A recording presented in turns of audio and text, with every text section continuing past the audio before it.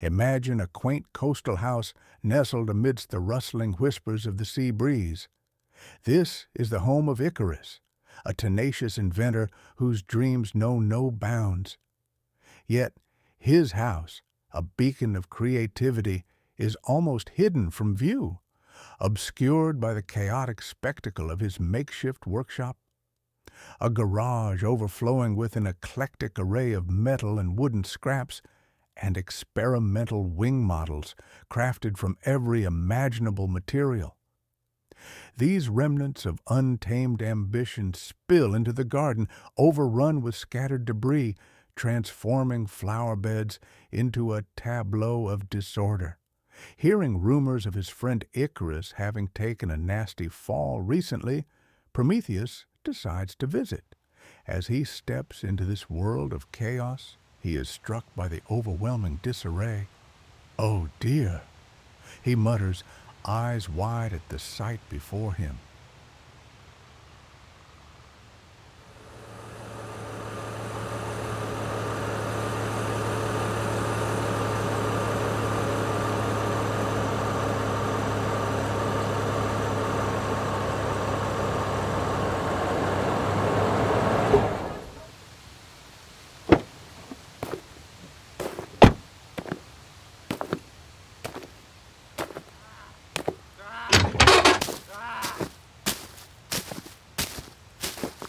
Ak, Dievs!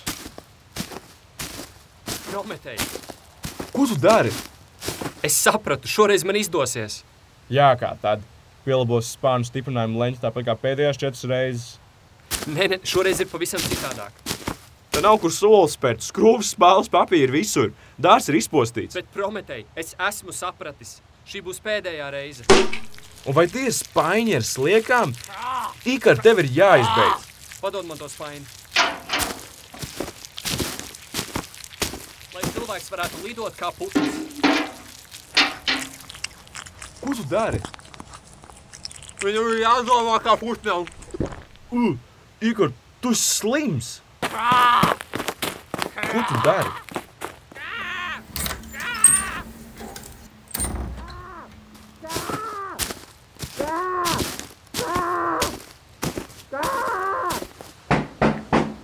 Ikar, tu galīgi nojūdzies! Nāc ārā no šķūņa! Ikar, slieku ēšana un skaņu izdešana tev nepadarīs par putnu! Tu esi cilvēks, tu pelni naudu, tev ir mērķi! Putni ir brīvi, instinktīvi! Kā es par to neiedomājos? Tev ir taisnība, Prometēj. Man ir jāatbrīvojās no visa, kas man ierobežo. Man ir jāizģērbjās. Ikar, tu esi galīgi nojūdzies! Nāc ārā no darbnīcas!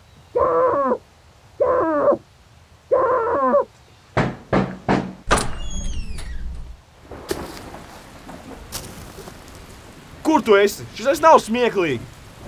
Šajā tumšajā smirdīgajā kūtī vairs neko nevar redzēt. Līgsta tev ir izdevusies. Nāc ārā! Es tevai darbnīcai pielaidīšu uguni!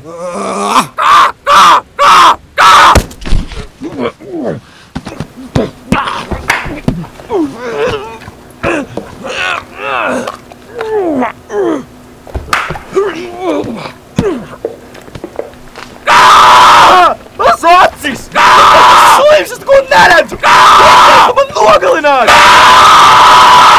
As the final echoes of that primal scream fade into the stormy night, the once chaotic workshop stands eerily silent. The air is thick with the scent of rain, mingling with the metallic tang of sweat and despair. Prometheus, now mutilated and robbed of sight, lies crumpled on the ground, his mind teetering on the edge of consciousness, left as food for later. In the dim, flickering shadows cast by the sporadic bursts of lightning, Icarus, who has finally become the bird he so yearned to be, unfurls his makeshift wings